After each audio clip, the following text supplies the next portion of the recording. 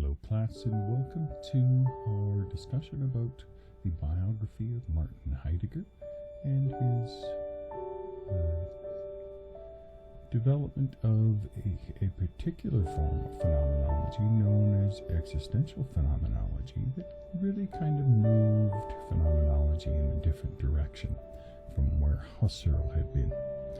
Now, Martin Heidegger himself is considered to be one of the foremost of philosophers of the 20th century. Born in Germany in 1889, he attended schools and did consider becoming a priest at one point, but returned to his philosophical studies, where he studied at the University of Freiburg, near his hometown.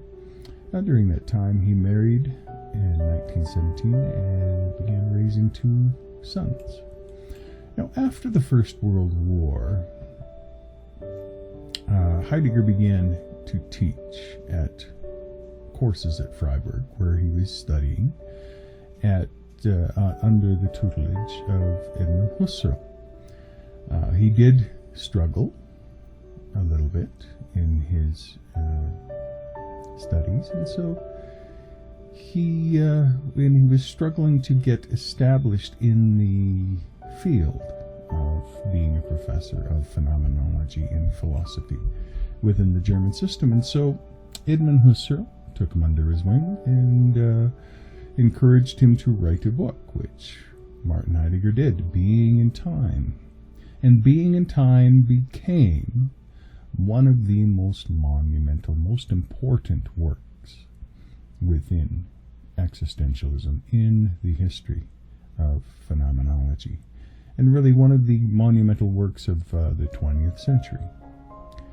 Now, Heidegger probably would not have had Being in Time published if Edmund Husserl had not approached his publisher and put in a good word about Heidegger. And so it was really Husserl that first off formed the foundation for Heidegger's work, and secondly, it helped establish Heidegger's academic career.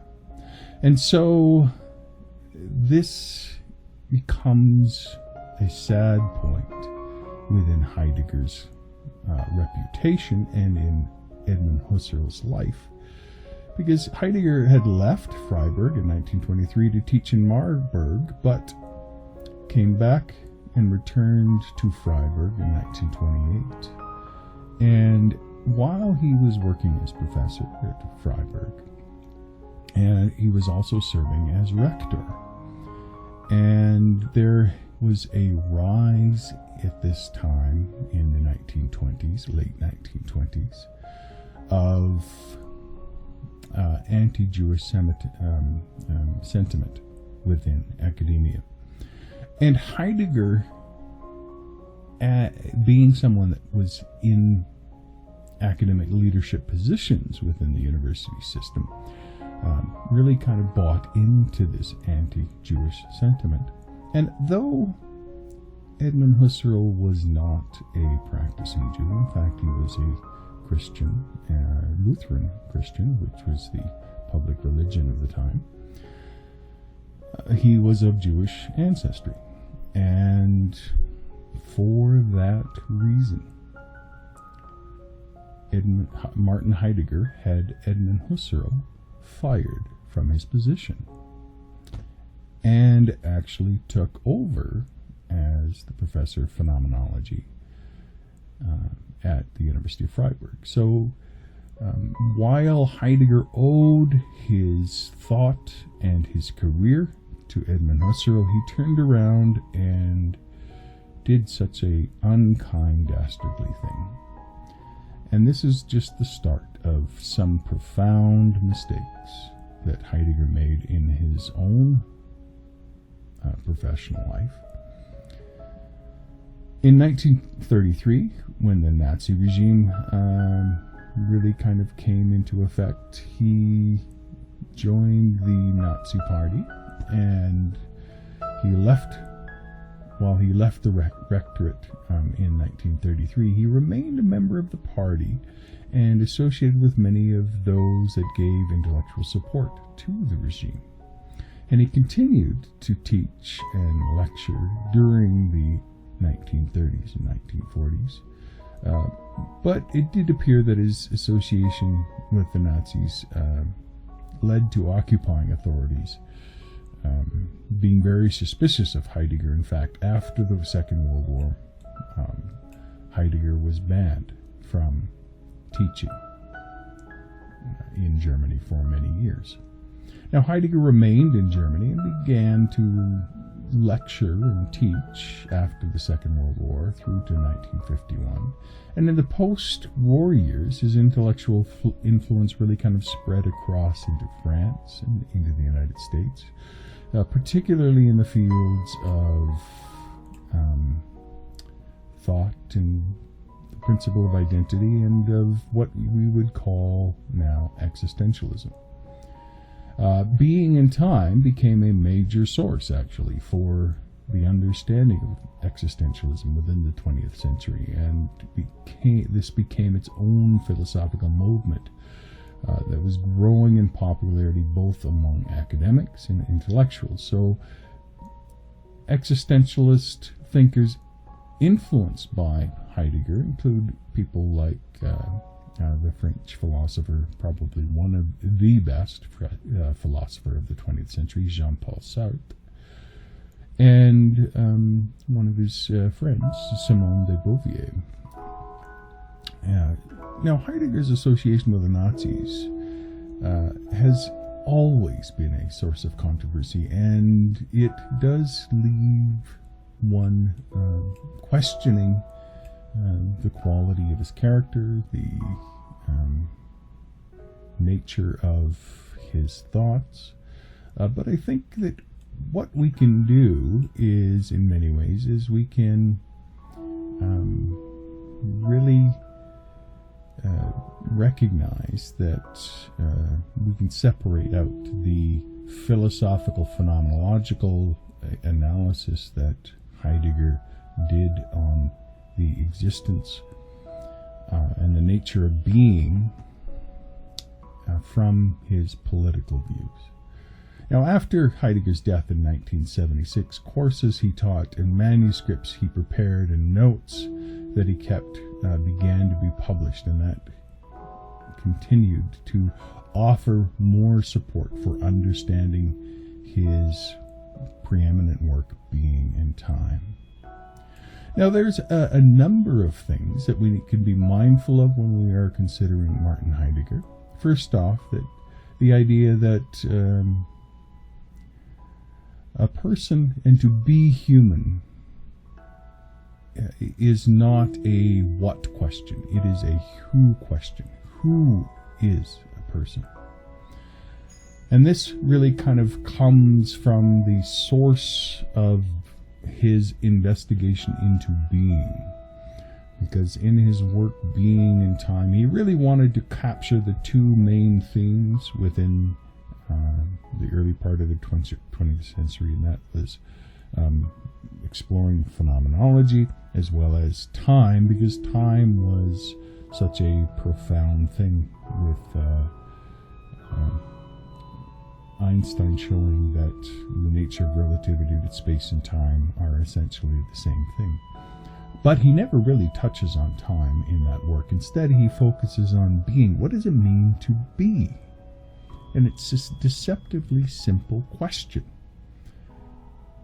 And so he uses an interpretive mode of phenomenology to examine this. And something significant that he comes up with is this, that a person is a part of the world, but also the observer of the world. And that you cannot really understand a person, and a person doesn't really exist apart from the world.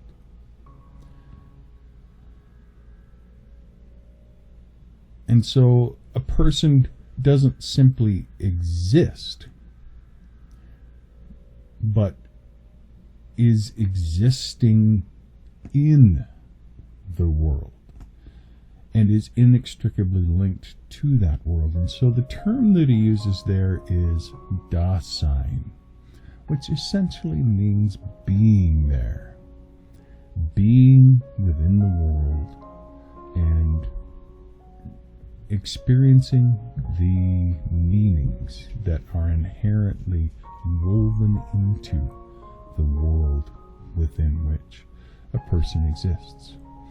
So the world is not a world of particles or formulas. It is a world of meaning that the mind can understand if the mind is engaged with the world and if the mind is open to experiencing the unconcealment, he would say, of those meanings. And so the very essence and nature of being is existing as a part of the world. But the world and the mind really cannot be separated, and that obviously ties back first to Edmund Husserl, and then all the way back to Franz Brentano's idea of intentionality, which is the basic foundation of thought and phenomenology. So essentially, Heidegger argues that we cannot detach ourselves from reality because we are part of reality, and all we can do is just act. We are thrown in an action. When we engage the world, we simply are throwing ourselves into the future and hoping for the best. And so there's a unity of the Dasein, of the being within the world.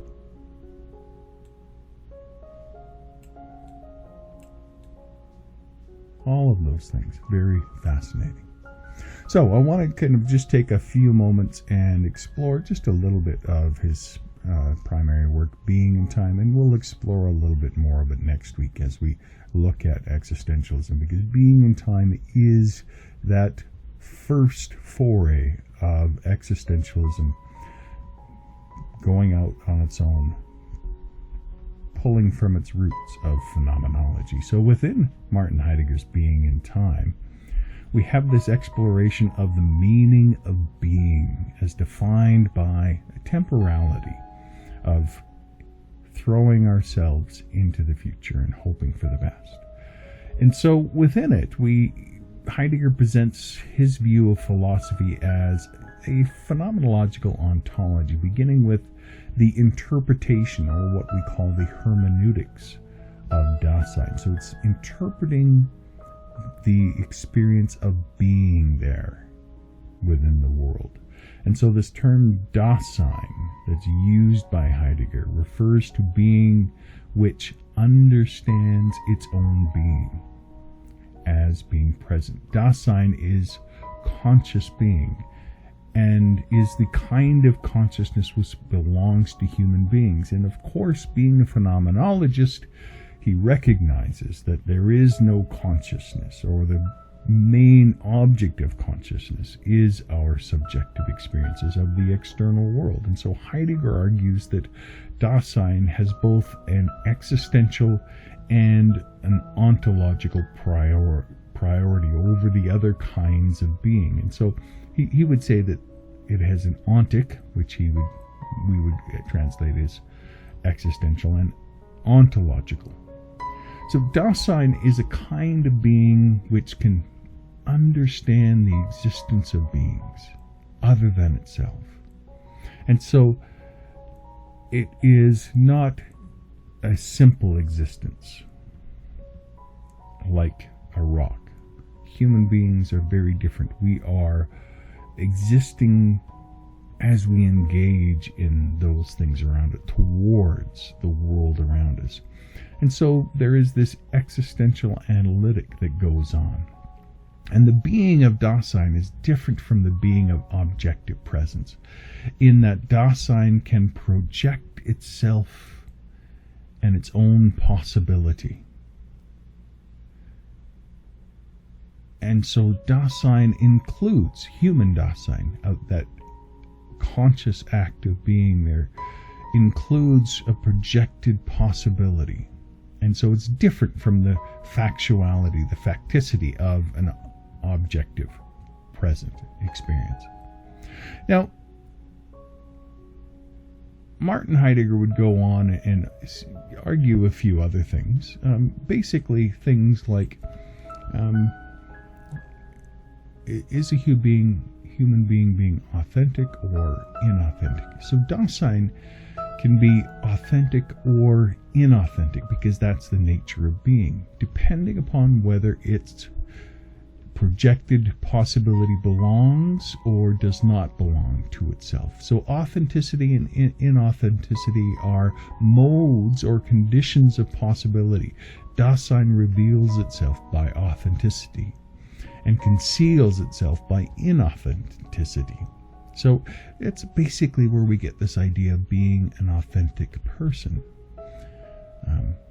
Are we engaging the world? Are we open to what the world is revealing to us rather than living in someone else's narrative? Heidegger refers to the determination of Dasein as existentials, while he refers to determinants as being unlike Dasein as categories. So there's these existential determinations are neither things at hand or things objectively present, but are instead constituents of the being of Dasein. And then there are categorical determinations, on the other hand, refer to things at hand or things objectively present. So, the existential side of this is that the possibilities, the things that we jump into the world and try to, as we throw ourselves into the future, how that kind of contingency where we throw ourselves into the future and try to hope for the best, but recognizing that we don't have ultimate control of everything that goes on within life. So those are some basic ideas that kind of transition from a descriptive phenomenology that we would have with Edmund Husserl to a more hermeneutic phenomenology, which begins that process towards exploring existentialism, the idea of Dasein, of being there, understanding the nature of being. And then this brings us later on to Jean-Paul Sartre and his work on existentialism, which really kind of defines existentialism as its own discipline. So you can kind of think of Martin Heidegger as the in-between, where he is transforming phenomenology as a purely descriptive reduction and taking a step towards finding interpretive ways of understanding our being based upon the subjective first-person experience. So it's still exploring the nature of subjective experience and consciousness, but now it is looking for ways of experiencing meaning in that.